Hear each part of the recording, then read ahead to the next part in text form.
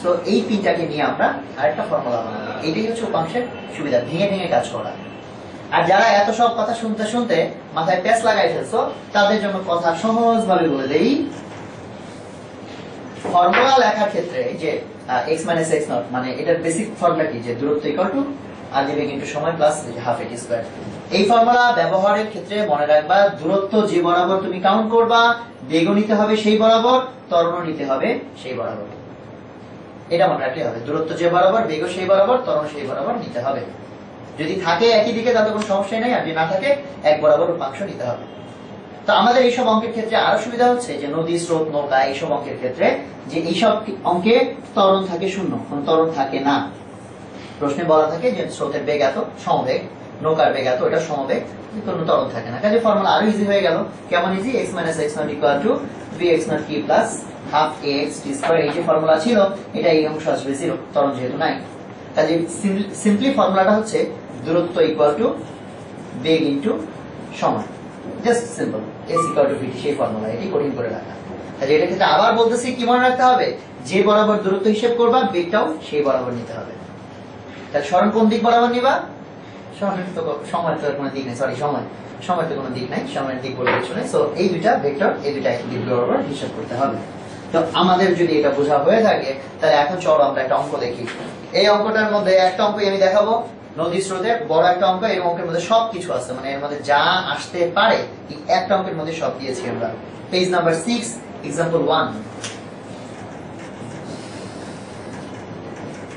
এই অঙ্কের একটা পার্ট অলরেডি আমরা শিখে ফেলছি, আর আরেকটা পার্ট আমরা করব এখন। তাও আমি পুরোটাই করতেছি যাতে বারবার করে রিভাইজ হয়ে যায়।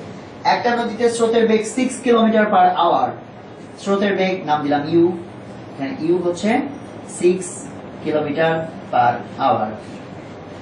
নৌকার বেগ 12 কিলোমিটার পার আওয়ার। ভি কোন দিকে এখনো জানি না, তাহলে প্রশ্নটা একটু পড়ে নিই। ভি যেটা 12 কিলোমিটার পার আওয়ার, নদীর প্রস্থ 10 কিলোমিটার। মাই গড, বিশাল বড় নদী, নদীর প্রস্থ, এটাকে নাম দিলাম ডি।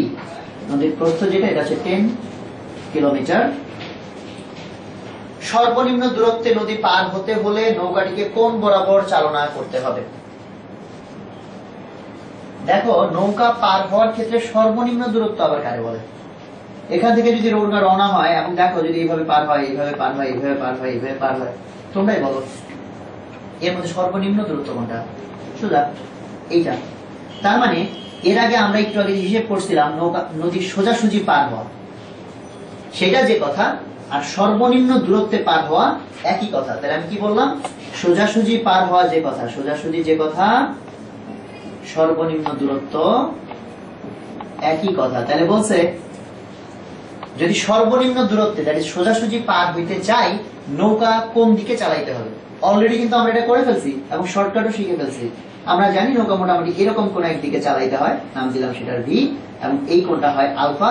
তখন আমরা শর্টকাট জানি, সোজাসুজি পার হওয়ার ক্ষেত্রে alpha equal to cos inverse minus of, উপরে বসবে স্রোতের বেগ, স্রোতের বেগ হচ্ছে 6, আর নিচে বসবে নৌকার বেগ, নৌকার বেগ বলা আছে 12 কিলোমিটার পার আওয়ার। এবং আমি যে কথা তখন বলছিলাম সেটা আবার দেখতে পাচ্ছ, তথ্য যেটা এমন ভাবে সুন্দর করে দিছে যে আবারও রেজাল্ট আসবে কত ডিগ্রি?